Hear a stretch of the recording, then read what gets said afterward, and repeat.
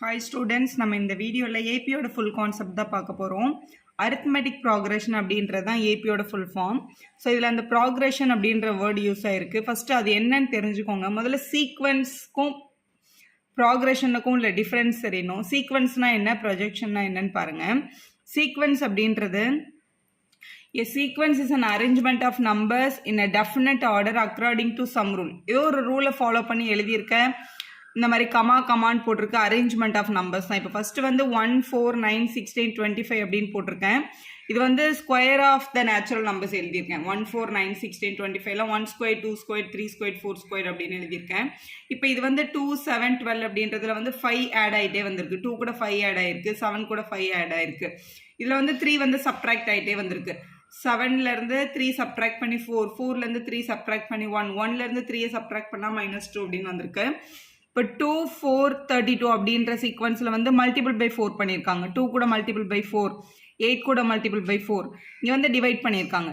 27 கூட -3 டிவைட் பண்ணால் -9, -9 -3ஆல் டிவைட் பண்ணால் +3, +3 -3ஆல் டிவைட் பண்ணால் -1. ப்ரீவியஸ் நம்பர் வந்து -3ஆல் டிவைட் ஆயிருக்கு. ஒரு நம்பரை வந்து மல்டிபிள் பண்ணி 2ஆல் மல்டிபிள் பண்ணி 2ஆல் ஆட் பண்ணி அப்படி கூட எழுதலாம். ஏதோ ஒரு ரூல் யூஸ் பண்ணி எழுதுறது வந்து சீக்வன்ஸ் அப்படின்னு சொல்லலாம். இப்போ சீக்வன்ஸ்னால் இப்படி தான் இருக்கணும்னு இல்லை. இன்னொரே ஒரு எக்ஸாம்பிள் சொல்கிறேன் பாருங்களேன். அது வந்து ப்ரொஜெக்ஷனில் வராதுன்றதுக்காக சொல்கிறேன். இப்போ வந்து write on the set of prime number அப்படின்னு சொல்கிறோம் அப்படின்னா 2 is a prime number, 3 prime number, 5 prime number, 7 prime number. இந்த மாதிரி ப்ரைம் நம்பர்ஸை எடுத்து கூட நம்ம எழுதலாம். அது கூட ஒரு சீக்வன்ஸ் தான். சீக்வன்ஸ் ஆஃப் ப்ரைம் நம்பர் அப்படின்னு சொல்லுவாங்க. இந்த ப்ரைம் நம்பர் வந்து ப்ராக்ரெஷனில் வராது. ப்ராக்ரெஷன் அப்படின்றது வந்து சீக்வன்ஸோட ஒரு ஸ்பெஷல் டைப் தான். இப்போ இந்த கொஸ்டின்லேயே ப்ராக்ரெஷனில் ஒரு இதுக்கு இந்த அடுத்த நம்பர் வந்து இந்த முன்னாடி நம்பரை வந்து ஃபாலோ பண்ணி ஒரு சர்டைன் ரூலை யூஸ் பண்ணி எழுதுறது தான். ஒரு சர்டைன் பேட்டர்னை ஃபாலோ பண்ணி எழுதப்படுற சீக்வன்சஸ் மட்டும் ப்ராக்ரெஷன் அப்படின்னு சொல்லுவாங்க.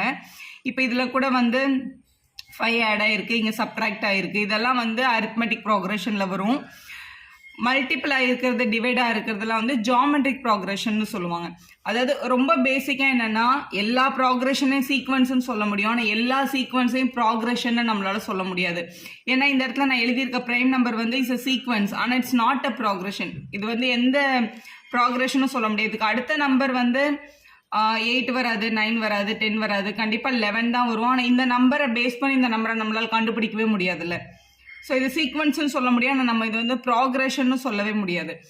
இப்போ இந்த கொஸ்டினில் எக்ஸாம்பிள் எழுதியிருக்கேன் பாருங்களேன். இங்கே 1 கூட +4 ஆட் பண்ணியிருக்காங்க, மறுபடியும் 5 கூட +4 ஆட் பண்ணியிருக்காங்க. இங்கே 10லேருந்து -2 பண்ணியிருக்காங்க, 8லேருந்து -2 பண்ணியிருக்காங்க. இந்த மாதிரி அடிஷன் யூஸ் ஒரே நம்பரால் ஆட் ஆகிட்டே இல்லை சப்ட்ராக்ட் ஆகிட்டே வர்ற சீக்வன்சஸ் வந்து ப்ராக்ரெஷன்னு சொல்லப்படுது. அதை தான் நம்ம அரித்மெட்டிக் ப்ராக்ரெஷன்னு சொல்கிறோம். இதுதான் நம்மளோட ஏபி.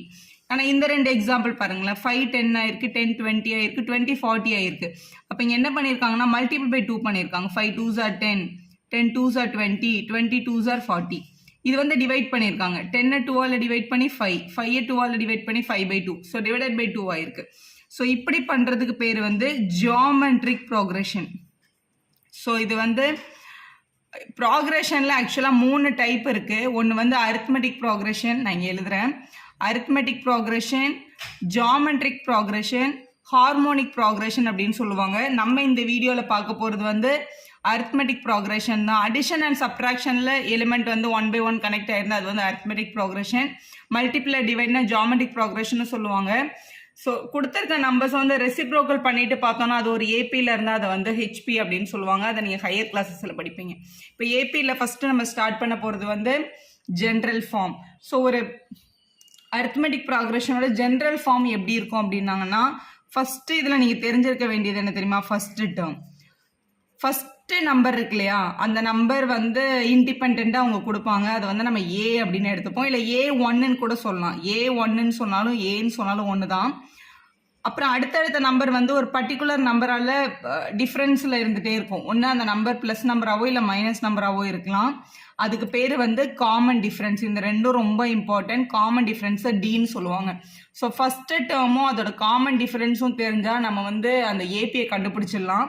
ஸோ அதை தான் ஜென்ரல் ஃபார்ம்னு சொல்கிறோம். ஃபஸ்ட்டு நம்பர் அந்த ஏவை எடுத்து எழுதணும். அடுத்து அந்த ஏ கூட ஒரு தடவை டி ஆட் பண்ணணும், அடுத்து ஏ கூட 2 தடவை டி ஆட் பண்ணணும், அடுத்து அந்த ஏ கூட 3 தடவை அந்த டிஃபரன்ஸை ஆட் பண்ணால் நமக்கு வந்து அந்த ஏபி கிடைச்சிரும். இதுதான் வந்து நம்மளோட ஜென்ரல் ஃபார்ம். இப்போ நான் இங்கே ஒரு எக்ஸாம்பிள் எழுதியிருந்தேன் 159 அப்படின்றது ஃபர்ஸ்ட் இங்கே எக்ஸாம்பிள் ஏபிக்கு எழுதியிருக்கேன். இப்போ இந்த ஏபி ஆக்சுவலாக ஃபர்ஸ்ட் நம்பர் 1, அடுத்த நம்ம இதோட டிஃபரன்ஸ் வந்து ஆக்சுவலாக +4 ஆயிருக்கு இல்லையா, இதுதான் இந்த ஜென்ரல் ஃபார்ம். ஆக்சுவலாக இந்த 5 வந்து 1 கூட ஒரு தடவை 4 ஆட் ஆயிருக்கு, அடுத்து இந்த 9க்கு வந்து 1 கூட 2 தடவை 4 ஆட் ஆயிருக்கு. யோசிச்சு பாருங்க, 1 வருது, 5 வருது, 9 வருது பாருங்க. அப்போ இதான் நம்மளோட ஜென்ரல் ஃபார்ம். ஃபர்ஸ்ட் நம்பரும் டிஃபரன்ஸும் தெரிஞ்சால் நம்மளால அந்த ஏபியை ஃபைண்ட் பண்ண முடியும். அதை தான் ஜென்ரல் ஃபார்ம் அப்படின்னு சொல்லுவாங்க. அடுத்து நம்ம பார்க்க போகிறது வந்து ஜென்ரல் டேர்ம். ஜென்ரல் டேர்ம்ன்றது இந்த ஜென்ரல் ஃபார்மை யூஸ் பண்ணி தான் நம்ம வந்து கண்டுபிடிக்க போகிறோம். இப்போ வந்து நான் சொன்னேன் a plus d, a plus 2d, a plus 3d, இது வந்து என்னோட general form of the AP. இப்போ இதில் வந்து ஏனாலும் A1நாலும் ஒன்று தான். முதல் டேர்ம் தான் ஏ, ரெண்டாவது டேர்ம் வந்து A2 அப்படின்னு சொல்லுவாங்க. சில புக்கில் T1 T2ன்னு கூட அப்ளை பண்ணுறாங்க. டேர்ம் 1 டேர்ம் 2 ரெண்டும் ஒன்று தான். இது வந்து A3. இது ஜஸ்ட் கம்பேர் பண்ணி பாருங்களேன். A1 ஏயும் ஒன்று தான், அது ப்ராப்ளம் இல்லை. A2 வேணும் அப்படின்னா ஏ கூட ஒரு தடவை டி ஆட் பண்ணணும். A3 வேணும்னா ஏ கூட 2 தடவை டி ஆட் பண்ணணும். அதாவது எத்தனாவது டேர்ம் வேணுமோ அதில் ஒரு நம்பர் கம்மியாக டி ஆட் பண்ணணும். இப்போ கண்டிப்பாக எனக்கு A4 வேணும்னா ஏ கூட நான் எத்தனை தடவை டி ஆட் பண்ணணும்? 3 தடவை டி ஆட் பண்ணணும். இப்போ A4ன்றது A plus 3Dன்னு என்னால் கண்டிப்பாக சொல்ல முடியும். இதே சீக்வன்ஸ் இது இப்படியே எடுத்துகிட்டே இருக்கோம்னு வச்சுக்கோங்களேன். இப்போ எனக்கு A100 வேணும் அப்படின்னா நான் கண்டிப்பாக என்ன தெரியுமா பண்ணணும்? ஏ கூட 99 டைம்ஸ் டி ஆட் பண்ணால் எனக்கு கிடைச்சிரும். இப்போ அதே மாதிரி எனக்கு nth டேர்ம் வேணும்னா ஏஎன் வேணும்னா நான் என்ன பண்ணணும் அப்படின்னா ஏ கூட இங்கே என்ன நம்பருக்கு n இருக்கா, அப்போ n-1 டைம் டி ஆட் பண்ணணும். இதுதான் ஜென்ரல் டேர்ம்.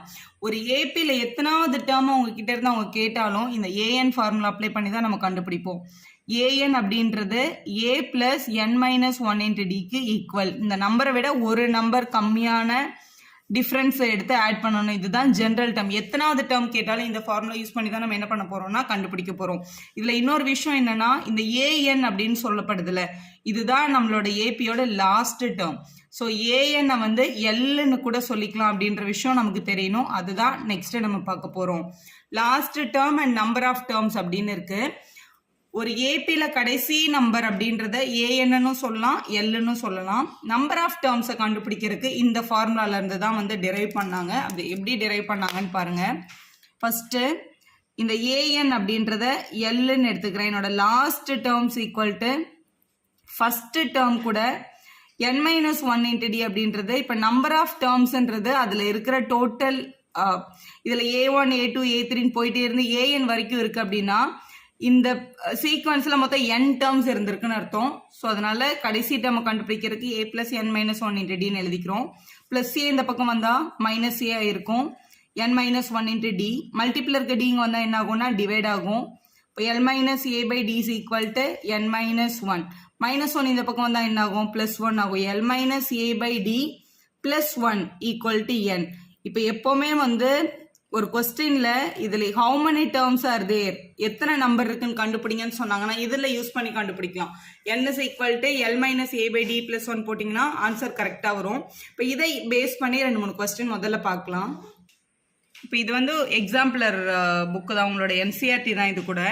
இப்போ இதில் இந்த கொஸ்டின்ஸ் பாருங்களேன், 7, 8, 9 இந்த கொஸ்டின் தான் பார்க்க போகிறோம். இப்போ நம்ம வந்து ஒரு 2 ஃபார்முலா தான் டெரைவ் பண்ணியிருக்கோம். ஒன்று ஏஎன், ஒன்று எல். அதை யூஸ் பண்ணி எப்படி ஆன்சர் பண்ணுறது அப்படின்னு பாருங்கள். 7th question. The second term of an AP is 13. Second term அப்படின்னா நம்ம எழுத வேண்டியது question number 7 சால்வ் பண்ணுறோம். A2. A2 is equal to 13. 5th term is 25. அப்போ A5 is equal to 25 எழுதிக்கோங்க. What is it 7th term அப்படின்னு கேட்டிருக்காங்க. இங்கே பாருங்களேன், A2 அப்படின்றத நம்ம எப்படி எழுதிக்கலாம்னா A plus 1Dன்னு எழுதிக்கலாம். ஏன்னா இதை விட ஒரு நம்பர் கம்மியாக தானே போடணும். A5ன்றதை அப்போ எப்படி எழுதிக்கலாம்? A plus 4Dன்னு எழுதிக்கலாம். இப்படி எழுதிட்டு ரெண்டுத்தையும் எலிமினேஷன் மெத்தடில் சால்வ் பண்ணிடுங்க. ரொம்ப ஈஸி. 1 மார்க்குக்கு நீங்கள் பெருசாக ஸ்டெப்ஸ் எழுத தேவையில்லை. இந்த மாதிரி ஷார்ட்டாக பண்ணுங்க. ஸோ ரெண்டுமே ப்ளஸ் ஏல இருக்குது. இதை சிம்பிள் இப்படி சேஞ்ச் பண்ணிவிட்டு ப்ளஸ் ஏவும் மைனஸ் ஏவும் கேன்சல். 1D மைனஸ் 4D வந்து மைனஸ் 3Dன்னு கிடைக்கும். ஈக்குவல் டு 25ல் 13 மைனஸ் பண்ணால் 12. இங்கே மைனஸ் இருக்கிறதுனால மைனஸ் 12. இங்கே இருக்கிற மைனஸும் இங்கே இருக்கிற மைனஸும் என்னாச்சு? கேன்சல் ஆயிடுச்சு. அப்போ D is equal to multiple இருக்கிற 3 அங்கே போனால் டிவைட் ஆகிடும். அப்போ வேல்யூ வந்து 4 தான். டியோட வேல்யூ 4ன்னு நம்ம கண்டுபிடிச்சிட்டோம். இப்போ ஏவை கண்டுபிடிக்கிறதுக்கு ஏதாவது ஒரு ஈக்குவேஷனை சப்ஸ்டியூட் பண்ணுங்கள். ஈக்குவேஷன் 1ல் டியோட வேல்யூ எடுத்துகிட்டு போய் போடுறோம். இப்போ 13 = a + டிக்கு பதிலாக இந்த வேல்யூ 4 அப்படின்னு இங்கே கிடச்சிருக்கு. அதை எடுத்து எழுதிக்கோங்க. +4 அந்த பக்கம் வந்தால் என்ன ஆகும்? -4 ஆகும். அப்போ 13 - 4 = a, 9 = a. ஸோ ஏவும் கண்டுபிடிச்சாச்சு, டியும் கண்டுபிடிச்சாச்சு. கொஸ்டினில் என்ன கேட்டிருக்காங்க? What is the 7th term? a7 தானே கேட்குறாங்க. a7 எப்படி எழுதலாம்? a7 = a + 6dன்னு சொல்லலாம். ரொம்ப சிம்பிள். ஸோ a + 6dன்றதுல a7 = aக்கு பதிலாக நம்ம கொஸ்டினில் கண்டுபிடிச்சிருக்கிறது 7, டியோட வேல்யூ நம்ம கண்டுபிடிச்சிருக்கிறது 4, 6 × 4. ஸோ 6 4s are 24, 24ஐயும் 9ஐயும் ஆட் பண்ணால் நமக்கு கிடைக்கிறது வந்து 33. ஸோ பி ஆப்ஷன் கரெக்டாக இருக்குது பாருங்கள். ஸோ இதே கொஸ்டின் 2 மார்க்கில் இல்லை 3 மார்க்கில் கூட கேட்கலாம். அதை இப்படி தான் சால்வ் பண்ணணும். அடுத்த கொஸ்டின் பார்க்கலாம். 8th கொஸ்டின் பாருங்கள். which of the AP is 210? which term of the AP is 210? இந்த APல 210 வந்து எத்தனாவது டேர்மாக இருக்கும் அப்படின்னு கேட்குறாங்க. let us assume 210 is a last term. நம்ம அதை லாஸ்ட் டேர்ம்னு அசியூம் பண்ணிக்கலாம். மை லாஸ்ட் டேர்ம் இஸ் 210ன்னு எடுத்துக்கிட்டோம் அப்படின்னா நம்மளோட ஏபியில் எத்தனை டேர்ம்ஸ் இருக்கோ அத்தனாவது டேர்மாக தான் என்னோட 210 இருந்திருக்கும் இல்லையா? ரொம்ப சிம்பிளாக யோசிக்கணும்னா இப்போ கொஸ்டினில் உங்களுக்கு கொடுத்துருக்க ஏபி வந்து 21, 42, 63ன்னு கொடுத்துருக்காங்களா? இப்போ முதல் டேர்ம் வந்து ஏன்னு எடுத்துக்கலாம் 21. டிஃப்ரென்ஸ் அப்படின்றது வந்து ரெண்டாவது டேர்ம்லேருந்து முதல் டேர்மை கழிச்சு பார்த்தா தெரிஞ்சிடும், மைனஸ் பண்ணால் தெரிஞ்சிடும். இப்போ 21லேருந்து 42 வந்திருக்கு, 42லேருந்து 63 வந்திருக்குன்னா அதுதான் என் டிஃப்ரென்ஸ். டிஃப்ரென்ஸ் எப்போவுமே A2 - A1 பண்ணி பாருங்கள். 42லேருந்து 21 மைனஸ் பண்ணால் நமக்கு கிடைக்கிற ஆன்சர் வந்து 21. அப்போ டிஃப்ரென்ஸ் வந்து 21 தான் கண்டுபிடிச்சாச்சு.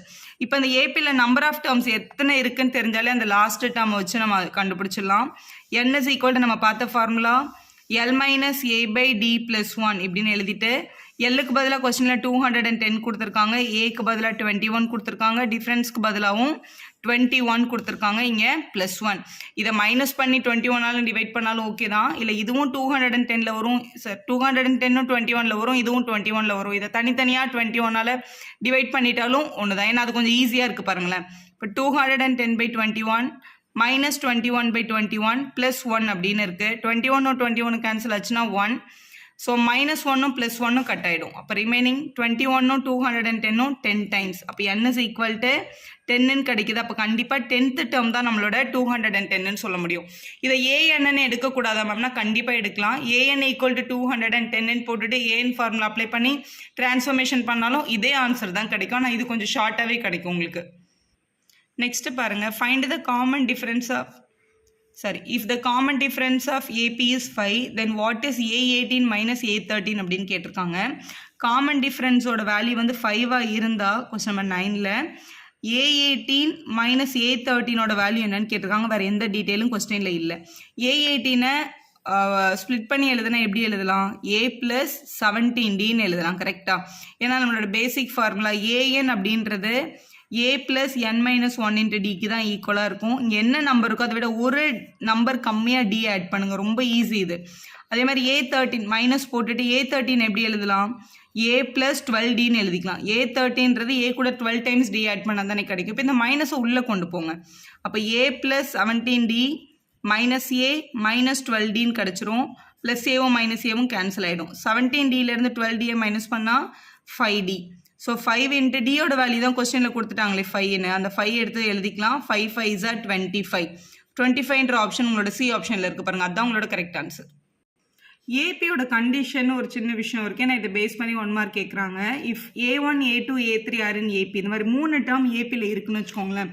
ஒரு கண்டிஷன் பாருங்கள், எப்போவும் இதோட டிஃப்ரென்ஸும் ஒன்றா தான் இருக்கும். அப்படி இருந்தால் தானே அதுக்கு பேர் ஏபி. இப்போ டிஃப்ரென்ஸ் அப்படின்றத நம்ம எப்படி கண்டுபிடிப்போம்? A2லேருந்து A1 மைனஸ் பண்ணால் கிடைக்கும். அதே மாதிரி A3லேருந்து A2 மைனஸ் பண்ணாலும் கிடைக்கும் தானே. ஏன்னா ரெண்டும் ஒரே மாதிரி இருந்தால் தான் அது ஏபி. அப்போ A2 - A1 = A3 - A2 நம்மளால சொல்லிக்க முடியும். -A2 இந்த பக்கம் எடுத்துகிட்டு வாங்க, A1 அந்த பக்கம் எடுத்துகிட்டு போங்க. அப்போ A2 + A2 = A3 + A1 அப்படின்னு நம்மளால் எழுத முடியும். A2 + A2 என்னன்னு எழுதிடலாம்? 2 டைம்ஸ் A2 = A1 + A3ன்னு எழுதிக்கோங்க. ஏன்னா இது கொஞ்சம் படிக்கிறதுக்கு ஈஸியாக இருக்குன்றதுனால. அதாவது 3 டேர்ம் ஏபியில் இருக்கணும் அப்படின்னா double the time 2 time middle term equal to sum of first term and the last term அப்படின்னு சொல்லுவாங்க. அதாவது நடுவில் இருக்க நம்பர் 2ஆல் மல்டிபிள் பண்ண வர ஆன்சர் வந்து ஃபர்ஸ்ட் டேர்மே லாஸ்ட் டேர்மே ஆட் பண்ணுறதுக்கு கண்டிப்பாக ஈக்குவலாக தான் இருக்கும். இப்போ நம்ம இந்த 159ன்னு ஒரு எக்ஸாம்பிள் பார்த்தோம். ஏன்னா 4 ஆட் ஆயிருக்கு. இது பாருங்கள் கரெக்டாக வருதான். இந்த நம்பரை நான் 2ஆல் மல்டிபிள் பண்ணுறேன். 2 × 5ஓட ஆன்சர் 1 + 9க்கு ஈக்குவலாக இருக்குது பாருங்கள். 2 5 10 தான். 1 + 9ம் கண்டிப்பாக 10 தான் இல்லையா? அப்போ இது வந்து ட்ரூ. ஒரு 3 நம்பர் ஏபியில் இருக்கணும்னா இதுதான் கண்டிஷன். இப்போ இது பேஸ் பண்ணி எப்படி கொஸ்டின் கேட்டிருக்காங்கன்னு பாருங்களேன். If k + 3 3k + 1 4k + 3 are in AP then find the value of k அப்படின்னு கேட்பாங்க. இது ரொம்ப ஒரு முக்கியமான ஒரு கொஸ்டின். ஏன்னா இதை நம்ம ஃபார்முலா அப்ளை பண்ணி கண்டுபிடிக்க முடியாது. ஸோ இந்த டேர்மில் வந்து இதை A1னும் இதை A2னும் இதை A3னும் எடுத்துக்கோங்க. கொஸ்டினில் ஏபின்னு மென்ஷன் பண்ணிட்டாங்க. அப்போ எடுத்த உடனே 2 times A2 = A1 + A3ன்னு எழுதிக்கோங்க. எழுதிட்டு 2 times A2க்கு பதிலாக கொஸ்டினில் என்ன கொடுத்துருக்காங்க? 3k + 1. A1க்கு பதிலாக k + 3னும் A3க்கு பதிலாக 4k + 3னும் கொடுத்துருக்காங்க. அதை எடுத்து எழுதிக்கலாம். எழுதியாச்சு. 2வை உள்ள மல்டிபிள் பண்ணுங்க. மல்டிபிள் பண்ணால் 6k + 2. இங்கே இந்த கேவும் இந்த கேவும் ஆட் ஆச்சுன்னா 5k, இந்த 3யும் இந்த 3யும் ஆட் ஆச்சுன்னா 6. k எல்லாம் ஒரு பக்கம், நம்பர்லாம் ஒரு பக்கம் எடுத்துக்கலாம். +5k இங்கே வந்தால் -5k, +2 அந்த பக்கம் போச்சுன்னா -2. ஸோ சப்ட்ராக்ட் பண்ணிடலாம். இது வந்து 1k தான், இது வந்து 4. அப்போ கேயோட வேல்யூ கண்டிப்பாக 4 தான். அதான் உங்களை கண்டுபிடிக்க சொல்லியிருக்காங்க. இதான் கரெக்ட் ஆன்சர்.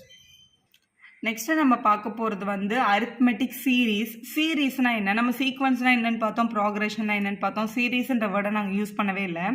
சீரீஸ் அப்படின்றது வந்து சீக்வன்ஸுக்கு நடுவில் கமா போட்டு ஒரு டேர்மே அரேஞ்ச் பண்ணுறோம்ல, அதே ஆட் பண்ணோம் அப்படின்னா அதுதான் வந்து சீரீஸ். அதாவது first term plus second term plus third term. T சீரீஸ்லாம் பார்க்குறீங்க, ஒரு எபிசோடு கூட இன்னொரு எபிசோடு ஆட் ஆகிட்டே வருது இல்லையா, அடிஷன், அதுதான் வந்து சீரீஸ். இப்போ இது வந்து sum to n terms of an arithmetic progression. ஒரு அரித்மெட்டிக் ப்ராக்ரெஷனோட சம் கேட்டாங்க அப்படின்னா நம்ம வந்து ஃபார்முலா அப்ளை பண்ணி கண்டுபிடிக்கிறோம். அந்த ஃபார்முலா எப்படி வந்தது அப்படின்றத தெரிஞ்சுக்கோங்க. ரொம்ப சிம்பிளாக இப்போ வந்து கிளாஸில் வந்து 1 + 2 + 3 + so on up to 100 வரைக்கும் ஆட் பண்ணுங்கள். யார் ஃபஸ்ட்டு ஆட் பண்ணுறீங்கன்னு பார்க்கலாம் அப்படின்னு மேம் சொல்கிறாங்கன்னு வச்சுக்கோங்களேன். நல்லா யோசிச்சு பாருங்கள். மேனுவலாக இதை உட்காந்து 1 + 2 3 3 + 3 6 6 + 4 10 அப்படின்னு ஒரு நம்பராக 100 வரைக்கும் இருக்க எல்லா நம்பரையும் நம்மளால் மேனுவலாக ஆட் பண்ண முடியாது. அதுக்கு ரொம்ப டைமும் ஆகும். ஸோ இதை வந்து ஈஸியாக எப்படி ஆட் பண்ணாங்க அப்படின்னா முதல்ல இந்த 1ஐயும் 100ஐயும் ஆட் பண்ணிக்கிட்டாங்க. அப்போது 101 கிடச்சிது. மறுபடியும் 2ஐயும் 99ஐயும் ஆட் பண்ணிக்கிட்டாங்க. திருப்பியும் 101 கிடச்சிது. 3யும் 98ஐயும் ஆட் பண்ணாங்க. திருப்பியும் 101 கிடச்சிது. இதே மாதிரி இப்போ நான் ஆட் பண்ணிகிட்டே வந்தோம்னா நடுவில் இருக்கிற டேர்ம் வந்து 50 + 51 வரும். அதை ஆட் பண்ணாலும் கண்டிப்பாக 101 தான் வரும். ஸோ 101 101 101 எத்தனை டைம்ஸ் வரும் அப்படின்னு யோசிச்சு பாருங்கள். கண்டிப்பாக 50 டைம்ஸ் வரும். ஏன் கரெக்டாக 50 டைம்ஸ் வருதுன்னா இதில் மொத்தம் 100 நம்பர் இருக்குது. 2 பேராக பேர் ஆகி ஒரு நம்பராக சேஞ்ச் ஆகிருக்காங்க. 2 நம்பர் ஜாயின் பண்ணி ஒரு நம்பராக மாறிடுச்சு. அப்போ மொத்தம் 50 பேர் இருப்பாங்க. அப்போ 101 101 101 50 டைம்ஸ் ஆட் பண்ணுறதுக்கு 101 × 15 பண்ணிடலாம். அப்போ 5050ன்றது தான் உங்களோட கரெக்டான ஆன்சர். ஸோ எவ்வளோ ஈஸியாக ஆன்சர் கிடைக்குது பாருங்கள்.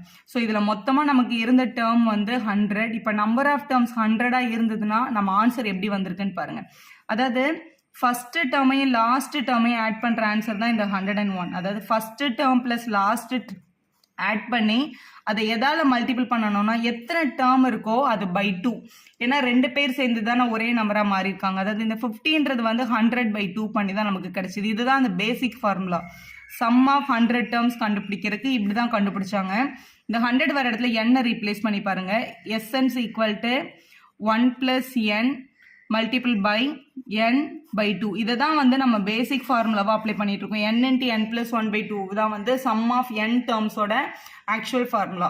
இப்போ நம்ம ஒரு ஏபி எடுத்துக்கிறோன்னு வச்சுக்கோங்களேன். ஏபின்றது வந்து A1 + A2 + A3 so on up to an வரைக்கும் நான் ஆட் பண்ணணும் அப்படின்னா Sn = என்னோட ஃபார்முலா என்ன அப்படின்னா n டேர்ம்ஸ் இருக்குது. n/2 × 1 + n அப்படின்னு நம்ம எழுத போகிறோம். இதில் 1ன்றது A1, கடைசி டேர்ம்ன்றது an. So n/2 × a + an அப்படின்றது தான் ஃபஸ்ட்டு ஃபார்முலா. ஸோ இதுவும் நம்ம அப்ளை பண்ணலாம். கடைசி டேர்ம் தெரிஞ்சுதுன்னா இதை அப்ளை பண்ணிக்கலாம். இல்லைன்னா இங்கே பாருங்களேன், n/2 இந்த A1 அப்படியே இருக்கட்டும். A1னாலும் ஏனாலும் ஒன்று தான். ப்ளஸ் ஏஎன்னோட பேசிக் ஃபார்முலா நம்ம டேர்ம் ஃபார்முலா படித்தோம்ல. ஏன்றதை எப்படி கூட எழுதலாம்? a + n - 1 × d கூட எழுதலாம் இல்லையா? இப்படி எழுதிட்டீங்க அப்படின்னா இந்த A1ம் இந்த ஏயும் ஆட் ஆகிடும். ஏன்னா A1னாலும் ஏனாலும் ஒன்று தான். ஸோ 2a + n - 1 × d அப்படின்னு சொல்லலாம். இப்படி தான் அந்த ஃபார்முலாவை கண்டுபிடிச்சாங்க. ஸோ எஸ்என் அரித்மெட்டிக் சீரீஸோட அடிஷன் கண்டுபிடிக்கிறதுக்கான பேசிக் ஃபார்முலா ஒன்று இப்படி எழுதலாம், இல்லை SN is equal to n/2 into A1 plus AN அப்படின்றத ANனா லாஸ்ட் டேர்ம்னு அர்த்தம், இப்படியும் எழுதிக்கலாம், ரெண்டுமே கரெக்ட். ஒரு கொஸ்டின்ல லாஸ்ட் டேர்ம் தெரிஞ்சா இதை அப்ளை பண்ணுவாங்க, லாஸ்ட் டேர்ம் தெரியலனா இதை அப்ளை பண்ணுவாங்க. இதில் வந்து நம்பர் ஆஃப் டேர்ம்ஸ் கொடுக்கல அப்படின்னா நம்பர் ஆஃப் டேர்ம்ஸை கண்டுபிடிக்கிறதுக்கு L-A/D+1 அப்படின்றது தான் பேசிக் அர்த்தம். இப்போ இந்த ஃபார்முலா யூஸ் பண்ணி கொஸ்டின் எப்படி சால்வ் பண்ணுறாங்கன்னு பார்க்கலாம். இந்த கொஸ்டின் பாருங்க, the sum of first 16 terms of an AP அப்படின்னு முதல்ல இருந்து 16 terms ஆட் பண்ண ஆன்சர் என்ன வரும் அப்படின்னு கேட்டிருக்காங்க. முதல்ல கொடுத்துருக்க ஏபிலேருந்து ஃபர்ஸ்ட் டேர்மை கண்டுபிடிங்க 10, டிஃப்ரென்ஸை கண்டுபிடிங்க A2 மைனஸ் A1. அப்போ 10லேருந்து 6 மைனஸ் பண்ணால் நமக்கு கிடைக்கிறது வந்து A2 வந்து 6, A1 வந்து 10. மாற்றி எழுதவே முடியாது, ஏன்னா இது வந்து டிக்ரீசிங்கில் இருக்குது, டிஃப்ரென்ஸ் கண்டிப்பாக மைனஸில் தான் வரும், -4ன்னு எழுதணும். இப்போ என்ன கேட்டிருக்காங்கன்னா சம் ஆஃப் 16 டேர்ம்ஸ் கேட்டிருக்காங்க, A16 கேட்டிருக்காங்க. ஸோ பேசிக் ஃபார்முலா கடைசி டேர்ம் நமக்கு தெரியாது, 16th டேர்ம் தெரியாது. அப்போ SN is equal to நம்மளோட formula n/2 2a plus n-1 into d இதில் தான் அப்ளை பண்ணணும், நான் கடைசி டேர்ம் தெரியாததுனால. S16 கேட்டிருக்கிறதுனால n வர இடத்துலலாம் 16 போடணும், 16/2 2 into ஏக்கு பதிலாக கொஸ்டினில் 10 கொடுத்துருக்காங்க ப்ளஸ் n-1 16ல் 1 மைனஸ் பண்ணோன்னா 15, டியோட வேல்யூ நம்ம -4ன்னு கண்டுபிடிச்சிருக்கோம், எழுதிக்கோங்க. இதை கேன்சல் பண்ணிட்டா 8 உள்ள வந்து 20 plus into minus 15 4s are 16 கிடைக்குது. அப்போ 8 மல்டிபிள் பை -40, அப்போ -320ன்றது தான் கரெக்டான ஆன்சர். எஸ்என் வந்து நெகட்டிவ்ல ஏன் வருதுன்னா இது டிக்ரீஸ் ஆகிட்டே போகுது, அப்போ கண்டிப்பாக இதெல்லாம் நிறைய நெகட்டிவ் டேர்ம்ஸ் இருந்திருக்கும்ன்றதுனால தான். நெக்ஸ்ட் பாருங்களேன், A1 கொடுத்துட்டாங்க, AN கொடுத்துட்டாங்க, SN கொடுத்துட்டாங்க, என்ன கண்டுபிடிங்கன்னு கேட்குறாங்க. இப்போ SNக்கு நம்ம 2 ஃபார்முலா பார்த்தோம் இல்லையா, கொஸ்டினில் என்ன வந்து அவைலபிலிட்டி இருக்கோ அதை எடுக்கணும். இப்போ n/2 into A1 plus AN அப்படின்னும் நம்மளுக்கு வந்து இதுதான் நம்மளோட பேசிக் ஃபார்முலா. ஏன்னா இந்த கொஸ்டினில் டிஃப்ரென்ஸ் கொடுக்கல, நான் A1னும் கொடுத்துட்டாங்க ஏயும் கொடுத்துட்டாங்க, அப்போ இதை தான் அப்ளை பண்ணணும், இதுதான் ஈஸி. SNக்கு பதிலாக கொஸ்டினில் என்ன கொடுத்துருக்காங்க 399, அதை எழுதிக்கோங்க.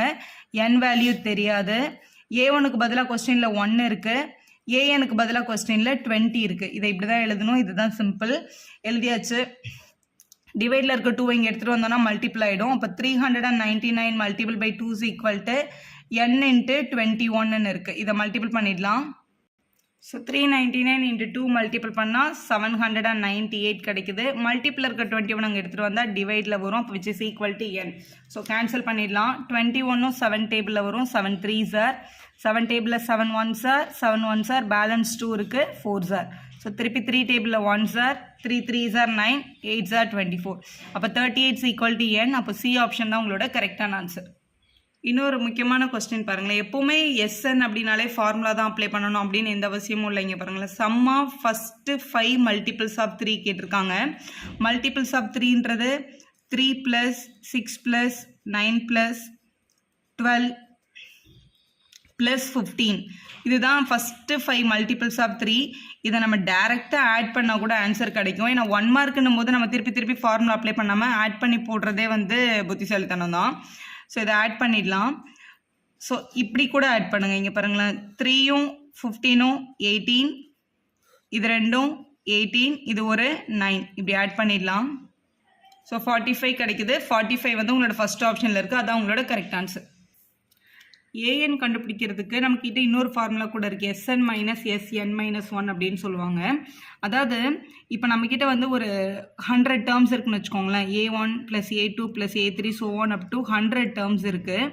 எனக்கு இந்த 100வது டேர்ம் வேணும் அப்படின்னா ஃபஸ்ட்டு இந்த 100 டேர்மை நான் ஆட் பண்ணிவிட்டு ஃபஸ்ட்டு 99 டேர்மை ஆட் பண்ணி மைனஸ் பண்ணிட்டேன் அப்படின்னா எனக்கு இந்த 100வது டேர்மோட ஆன்சர் மட்டும் கண்டிப்பாக கிடைக்கும்.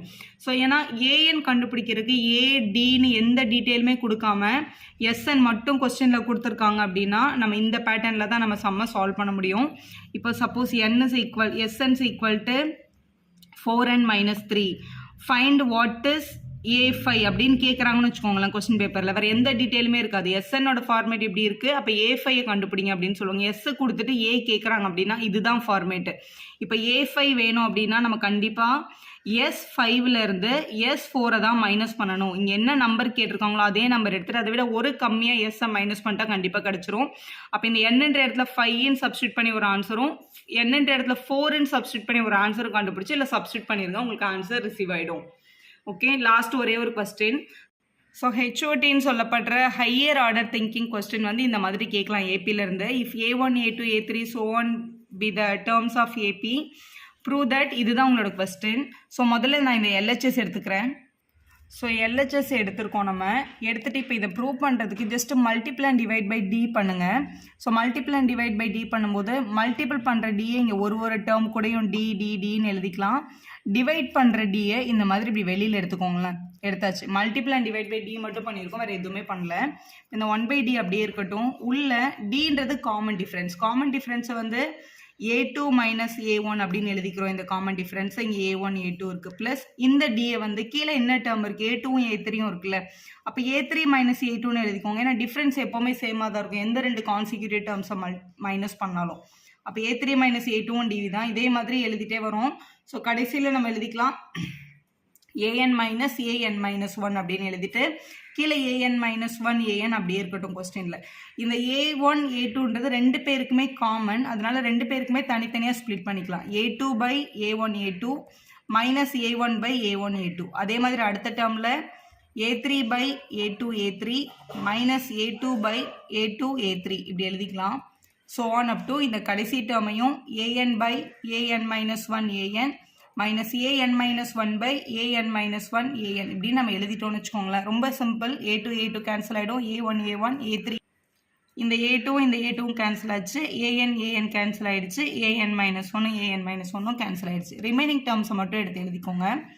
1 by A1 minus 1 by A2 plus 1 by A2 minus 1 by A3 இப்படியே டேர்ம்ஸ் நமக்கு வந்துகிட்டே இருக்கும். கடைசியாக 1 by AN minus 1 minus 1 by AN இப்படின்னு கிடைக்குது கொஸ்டினில்.